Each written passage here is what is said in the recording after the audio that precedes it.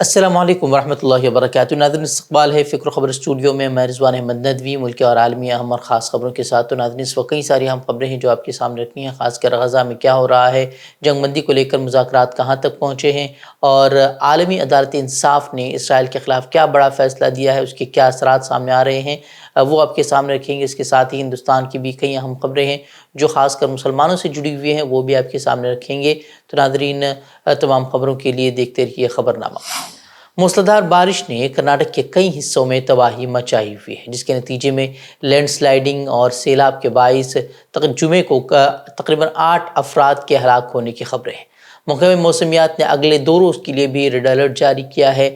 مسلسل آپ کو معلوم ہونا چاہیے کہ کئی روز سے یہاں تعلیمی ادارے بند ہیں۔ اتر کنڑا، اڈپی اور دکشن کنڑا میں آج بھی جو ہے اسکول بند ہیں۔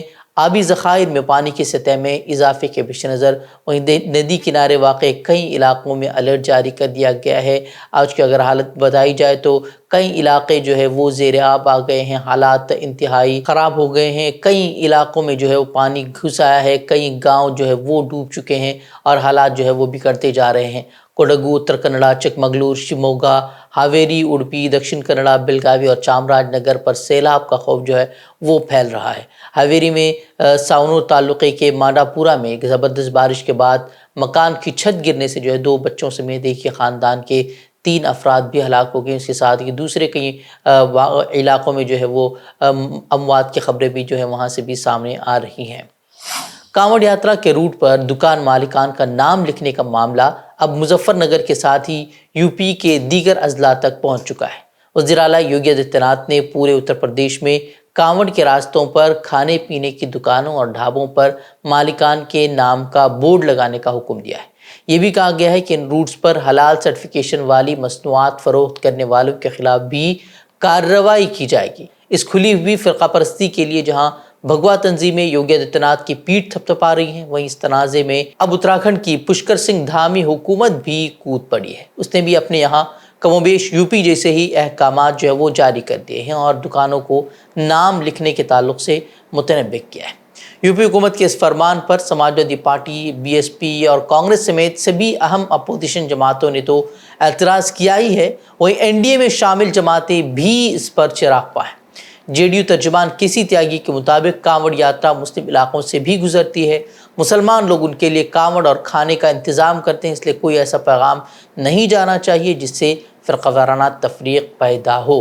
وہیں کے سی تیاگی کا کہنا ہے کہ جو پابندیاں لگائی گئی ہیں وہ وزیر اعظم کے سب کا ساتھ، سب کا وکاس، سب کا وشواس کے نعرے کی خلاف ورزی ہیں۔ انہوں نے صاف کہہ دیا ہے کہ یہ پابندیاں بہار میں لاگو نہیں ہوں گی۔ اس معاملے میں B J P leader Mukhtar Abbas Naqvi نے یوگی حکومت کا دفاع کیا ہے اور دعویٰ کیا کہ یہ حکم نامہ کسی مخصوص مذہب کے ماننے والوں کے لیے نہیں بلکہ یہ ریاست کے تمام دکانداروں کے لیے دیا گیا ہے۔ وہ اس معاملے میں بلا وجہ سیاست نہ کی جائے اور نہ معاملے کو فرقہ وارانہ رنگ دینے کی کوشش کی جائے، اس طرح کا بیان جو ہے ان کی طرف سے سامنے آیا۔ حالانکہ انہوں نے گزشتہ روز اپنے ٹویٹ میں لکھا تھا کہ اس طرح کے احکامات سے سماج میں چھوا چھوت کو فروغ ملے گا، لیکن دوسرے ہی دن سرکار کے وہ دفاع میں آ گئے۔ وہیں کانگریس ترجمان سپریا شرینیت نے بھی اس فیصلے کے حوالے سے یوگی حکومت پر سخت نشانہ سادھا ہے۔ انہوں نے کہا کہ جب ان کے پاس کچھ نہیں ہوتا اور ایسے میں نفرت کا تڑکا لگانا ہو تو یہ کام بی جے پی کو بہت اچھے سے آتا ہے۔ جب بیٹھے بٹھائے کچھ نہ ہو کرنے کو تو نفرت کا چھونکا لگانا بی جے پی کی عادت بن چکی ہے۔ لیکن کچھ سوال ضرور کوندتے ہیں۔ بھگوان نہ کرے ضرورت پڑ جائے اور سامنے ایک ہی ڈاکٹر ہو اور وہ مسلمان ہو تو کیا آپ علاج نہیں کرائیے گا؟ ضرورت پڑ جائے اور خون سے ہی زندگی بچ سکتی ہو اور سامنے والا ایک ماتر ویکتی مسلمان ہو تو کیا اس کا خون نہیں لیجیے گا؟ اگر ان ریڑیوں پر ببلو، منا، گڈو لکھا رہے گا تو کیا کیجیے گا؟ ان سے سامان خریدیے گا یا نہیں خریدیے گا؟ یہ ہے کہ یہ وہ ڈرپوک سرکاریں اور پرشاسن ایسی کارروائی کرتے ہیں جو اپنی وفلتاؤں کو ان کے پیچھے چھپانا چاہتے ہیں۔ مسلمان کے اکنامک بوائیکاٹ کی اصلیت کو سمجھیے، ان کے بہشکار کی اصلیت کو سمجھیے، اس سازش کو سمجھیے، کیونکہ یہ وہی جاہل ہیں جو ایودھیا ہارنے کے بعد سب سے پہلے ہندوؤں کے بہشکار کی بات کرنے لگتے ہیں۔ سپریا شرینیت ہی نہیں، وہیں کانگریس کے کئی اہم رہنماؤں نے بھی اس کو لے کر اپنے رد عمل کا اظہار کیا ہے۔ اس کے ساتھ ہی آر ایل ڈی جو کہ بی جے پی کی اتحادی ہیں، اس نے بھی کہا ہے کہ اس معاملے کو وہ مرکز کے سامنے اٹھائیں گی۔ ایک طرف اتر پردیش اور اتراکھنڈ میں کاوڑ کے راستے پر موجود دکان مالکان کو اپنا نام لکھنے کی ہدایت دی گئی ہے، تو دوسری طرف راجستھان کی راجدھانی جے پور میں گوشت کی دکانوں پر حلال یا جھٹکا لکھنے کا حکم جاری کر دیا گیا ہے۔ یہ حکم گریٹر نگر نگم کی میئر سومیا گجر نے دیا ہے۔ اس حکم نامے کے بعد اب سبھی گوشت دکانداروں کے لیے ضروری ہو گیا ہے کہ وہ دکان میں یہ لکھ کر لگائیں کہ ان کے یہاں حلال گوشت کی فروخت ہوتی ہے یا پھر جھٹکا گوشت فروخت کیا جاتا ہے۔ میئر کا کہنا ہے کہ اگر اس حکم پر تعمیل نہیں ہوئی تو قصورواروں کے خلاف سخت کارروائی کی جائے گی۔ چھتیس گڑھ میں گزشتہ ماہ گڈو خان، چاند میاں اور صدام قریشی ان کے ساتھ ہجومی تشدد کا واقعہ پیش آیا تھا، جس کی وجہ سے ان کی موت ہو گئی تھی۔ اب اس موت کے کیس میں پولیس کی چارج شیٹ سے پورا معاملہ ہی جو ہے وہ بدل گیا ہے۔ پولیس نے ملزمین کو کلین چٹ دیتے ہوئے کہا ہے کہ یہ تینوں ہجومی تشدد میں نہیں مارے گئے، بلکہ مویشیوں سے بھرے ٹرک کا پیچھا کیے جانے کے بعد خود ہی ڈر کر مہاندی کے پل سے کود کر انہوں نے اپنی جان دے دی۔ وہیں اہم بات یہ ہے کہ اس سانحے میں صدام قریشی زخمی حالت میں ملا تھا، جس نے 11 دنوں تک زیر علاج رہنے کے بعد دم توڑ دیا تھا۔ اسی نے بتایا تھا کہ گڈو اور چاند میاں کو بھیڑ نے مار کر پل کے نیچے پھینک دیا تھا۔ اور یاد رہے کہ مبینہ ہجومی تشدد کا یہ معاملہ 6 جون کو پیش آیا تھا۔ 7 جون کی صبح گڈو خان اور چاند میاں کی لاشیں رائے پور کے آرنگ میں مہاندی کے پل کے نیچے ملی تھی، جبکہ صدام قریشی کی حالت نازک تھی۔ اس وقت صدام کا ایک ویڈیو سامنے آیا تھا جس میں وہ زخمی حالت میں اسٹریچر پر پڑا نیم غنودگی کے عالم میں پڑا ہوا تھا۔ مرنے سے قبل مذکورہ ویڈیو میں اس نے بتایا تھا کہ وہ 15 لوگ تھے، انہوں نے انہیں یعنی کہ گڈو اور چاند کو مار کر مہاندی کے پل سے نیچے پھینک دیا تھا۔ وہیں پولیس کی چارج شیٹ پر اب سوال اٹھنے لگے ہیں۔ اس نے ایک طرح سے جہاں موت سے قبل دیے گئے صدام کے بیان کا بھی نوٹس نہیں لیا ہے، جس کا ویڈیو موجود ہے، بلکہ صدام کے بھائی شعیب، جس کی شکایت پر FIR درج کی گئی ہے، اس کے بیان کو بھی نظر انداز کر دیا گیا ہے۔ صدام کے بھائی شعیب، جن کے بیان کی بنیاد پر پولیس نے کیس درج کیا ہے، اس نے SIT کے افسران پر دروغگوئی کا الزام بھی عائد کیا ہے۔ انہوں نے اپنے بھائی اور دیگر مقتول نوجوانوں کے لیے انصاف کی لڑائی جاری رکھتے ہوئے قانونی چارہ جوئی کا بھی اعلان کیا ہے۔ کولہاپور ضلع کے وشال گڑھ میں 14 جولائی کو BJP لیڈر کی سربراہی میں شرنگیزی مسجد اور اقلیتوں کی ملکیت کو نقصان پہنچانے کے بعد حکومت کی جانب سے شروع کی گئی انہدامی کارروائی پر جمعے کو بامبے ہائی کورٹ نے روک لگا دی ہے۔ ساتھ ہی ایکناتھ شندے حکومت اور کولہاپور انتظامیہ کو سخت سست کہا ہے۔ اقلیتوں پر دن دہاڑے کیے جانے والے حملوں اور تشدد کے ویڈیو اور تصاویر دیکھنے کے بعد بینچ کے ججوں نے مقامی پولیس اسٹیشن کے سینئر انسپکٹر کو اگلی سماعت کے دوران عدالت میں حاضر ہو کر یہ بتانے کا حکم دیا ہے کہ اس سلسلے میں کیا کارروائی کی گئی ہے۔ ہائی کورٹ نے خاص طور پر مانسون میں کی جا رہی انہدامی کارروائی پر سخت برہمی کا اظہار کیا۔ اس نے سرکار پر سوالوں کی بوچھار کر دی اور اس کے ہر جواب کو ریکارڈ پر لے لیا۔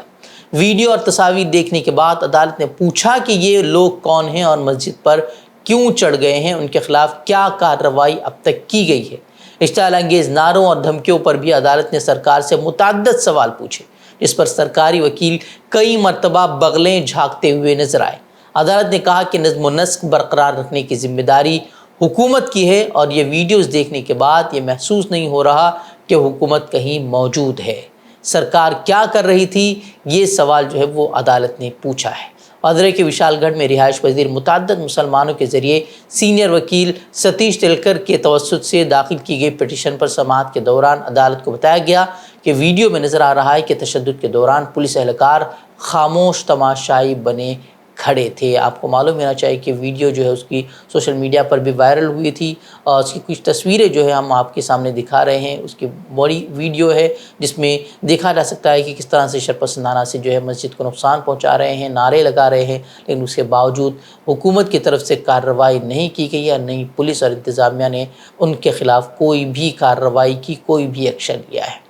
اقوام متحدہ کی اعلیٰ عدالت نے مقبوضہ فلسطینی علاقوں میں اسرائیل کی موجودگی کو غیر قانونی قرار دیتے ہوئے اسرائیل کو اسے خالی کرنے اور غیر قانونی یہودی بستیوں کی تعمیر کو فوری طور پر بند کرنے کا مطالبہ کیا ہے۔ ICJ نے گزشتہ 57 سالوں سے فلسطین کی زمین پر اسرائیل کے غیر قانونی قبضے کی واضح مذمت کی ہے۔ فیصلے میں کہا گیا ہے کہ دوسرے ممالک پابند ہیں کہ وہ مقبوضہ فلسطینی علاقوں میں اسرائیل کی موجودگی کو برقرار رکھنے میں کوئی مدد فراہم نہ کریں۔ عدالت نے کہا کہ جنرل اسمبلی اور سلامتی کونسل اور اسرائیل کے مضبوط اتحادی امریکہ کو مقبوضہ فلسطینی علاقوں میں اسرائیل کی موجودگی کو ختم کرنے کے لیے صحیح طریقوں پر غور کرنا چاہیے۔ وہیں اسرائیلی وزیر اعظم بنجامن نیتن یاہو نے فوری طور پر بین الاقوامی عدالت انصاف کے اس فیصلے کو کہا کہ وہ اس کے غیر پابند ہیں اور وہ اس کی مذمت کرتے ہیں، اور کہا کہ علاقے یہودیوں کے تاریخی وطن کا حصہ ہیں۔ وہیں اس فیصلے پر عدالت کے باہر بات کرتے ہوئے فلسطینی صدر محمود عباس کے مشیر ریاض مالکی نے ICJ کے اس تبصرے کو فلسطین، انصاف اور بین الاقوامی قانون کے لیے ایک اہم لمحہ قرار دیا۔ وہیں عالمی عدالت انصاف کے فیصلے کے بعد بھی غزہ پر اسرائیلی حملوں کا سلسلہ وہ جاری ہے۔ جمعے کی رات اور آج صبح تک غزہ میں نصیرات پناہ گزین کیمپوں پر کئی حملے کیے گئے ہیں جس میں درجنوں فلسطینی شہید ہوئے ہیں۔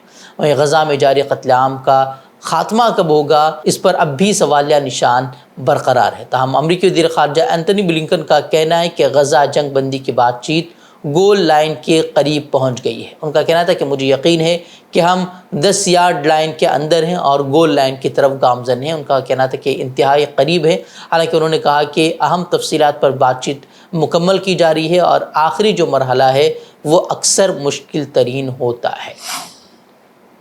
بنگلہ دیش میں سرکاری ملازمتوں میں کوٹا سسٹم کے خاتمے کا مطالبہ کرتے ہوئے طلباء کا پرتشدد احتجاج جاری ہے۔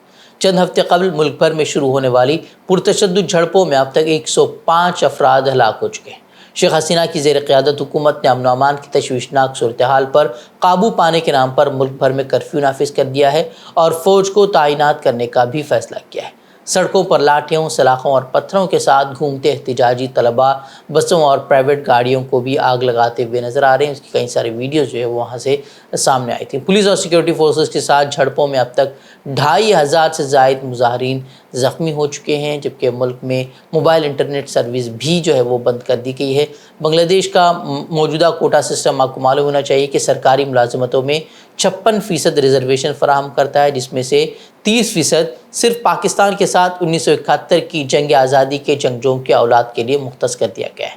اس کے علاوہ 10% کوٹا پسماندہ انتظامی اضلاع کے لیے ہے، جبکہ 10% خواتین کے لیے، 5% نسلی اقلیتی گروپوں کے لیے اور 1% معذور افراد کے لیے مختص ہے۔ طلباء کا احتجاج آزاد پسندوں کی اولاد کے لیے 30% ریزرویشن کے خلاف ہے اور اس کے لے کر وہ احتجاج کر رہے ہیں، اور اب احتجاج پرتشدد ہو چکا ہے اور کئی ہلاکتیں اور کئی افراد زخمی ہو چکے ہیں۔ تو ناظرین، خبریں مزید خبروں کے لیے آپ ہمارے ویب سائٹ www.fikrkhabar.com کی طرف رخ کر سکتے ہیں۔ ویڈیوز کے لیے ہمارے یوٹیوب چینل کو سبسکرائب کریں۔